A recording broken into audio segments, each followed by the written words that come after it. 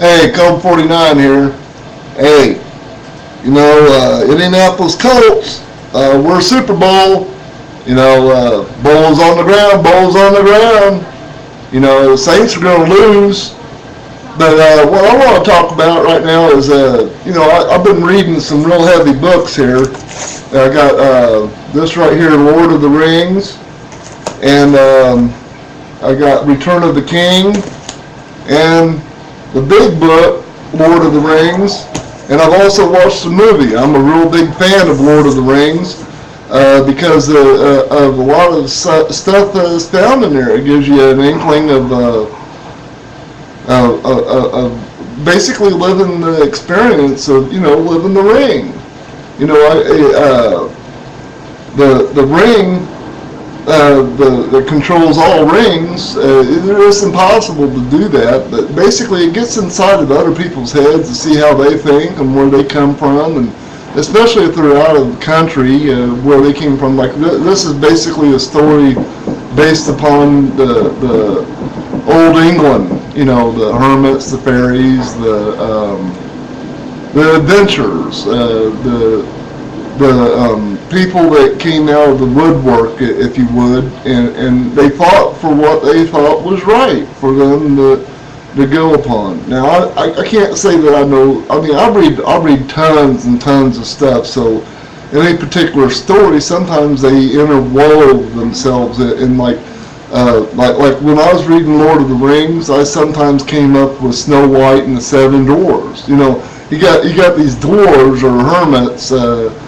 These little leprechauns, or these little figment of imagination that goes through the story, bringing out the demise of little tyrants, and it goes into what's going on today. I'm lucky to be alive. I got a big giant burn on my side. I almost lost my life when I was 5 years old. I've swung down a swing pole that ripped almost my family jewels out. I've been crushed by a backhoe to the ground. I was lucky to even walk away from that. It took me 3 months to learn to walk again. And then I've been into a tree 80 miles an hour by a driver, and there's a whole bunch of things that's happened throughout my life, and when I read Lord of the Rings, I see a lot of survival, being able to survive and overcome the demise that has been always set before us. You always look both ways before you cross the road. If you don't, you're going to get hit. Well, I didn't pay attention growing up as a kid. When I was a security guard and I was directing traffic and the backhoe squished me to the ground, I walked away from that. I had all this hydraulic pressure pressurizing me. This is the bucket. You got the backhoe, and then you got the bucket on it, and it scrapes, and the bucket that goes that bucket came down on me, and I had to learn to walk again after 3 months. Now I've had a hip replacement, and I've been through the ringer. And I know it's not over yet. I got a lot of ways to go. I'm still learning.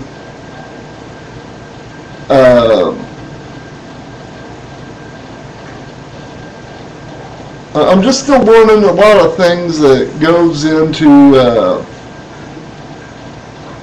the world, basically. I watched President Obama's speech, and I was really displeased in him and what he said in front of the justices about what they said on the campaign of where companies are allowed to give money to the contributions. And he really dished the Supreme Court right there in front of them.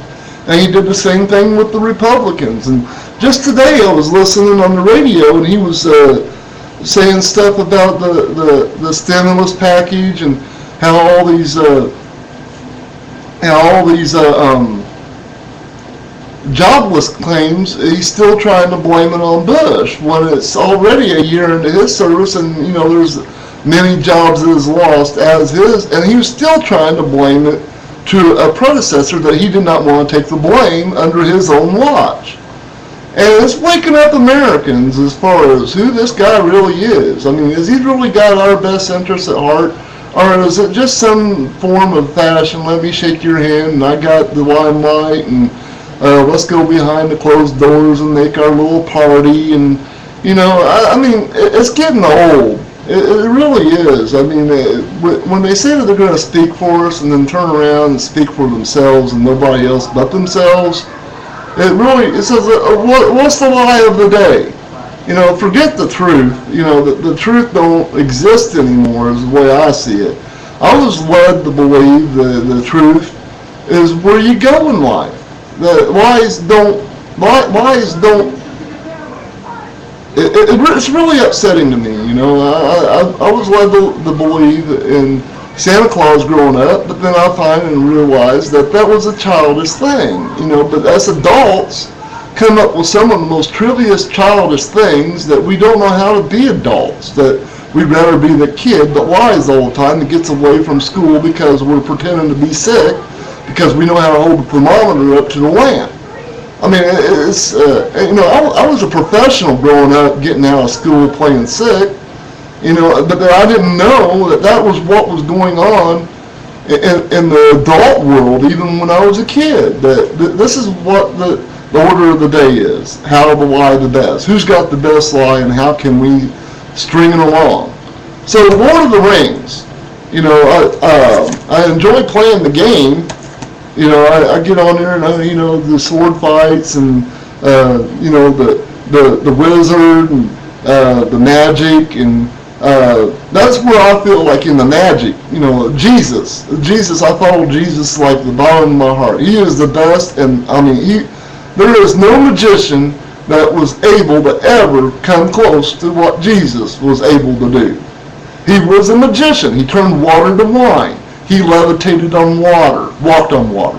He got fish to come to the side of the boat when the fish weren't on the other side. He got dead to walk, resurrection. He even resurrected himself from the grave. That's where I get upset with the Catholics. They keep holding him up on that cross. The cross is empty, guys. The tomb's empty. You know, let's keep him on the ground. Let's keep him up on that cross. Let's make sure he never even goes to the grave, let alone come out of it being empty. You know, I could see into their devious minds that, you know, I'm going to pretend that I'm Jesus and everybody's going to worship me. You know, I got my little fish hat and my little robes, and the emperor wears no clothes. I got tons of info up here, and I got this notebook here, just to give you an example. It says, my studies is what has turned out to be. Training is difficult since 1983. I go into some of my experiences in life, and I got them all dated, and I keep a journal, and I keep an eye on what is really going to be happening within the foreseen future, which is nobody's idea of clue except for the ones that's in the know. And they won't let us know because they want to have the upper hand. So, you know, I'm going to have a lower hand. I'm going to read my cards. I'm going to play my little poker, and I'm going to lay my hand down because I don't have no aces up my sleeve like they do. But I know how to read their aces. And I'll get into that a lot later in my video logs. Some of these are just a little bit to introduce you about myself. I'm a little eccentric. I get off the mark sometimes. I go a little haywire off the radar, and I read. I read and I read. And I recommend everyone else to pick up a book and read. You know, turn the TV off. Don't go to the movie. Read the book, and then go watch the movie. You'll get a better experience out of it. You know, I read this book, Lord of the Rings, before I actually went and seen the movie Lord of the Rings. It builds your imagination, and then you're able to expand upon about that maybe you've seen something in the movie that's not in the book, or you've seen something in the book that's not in the movie.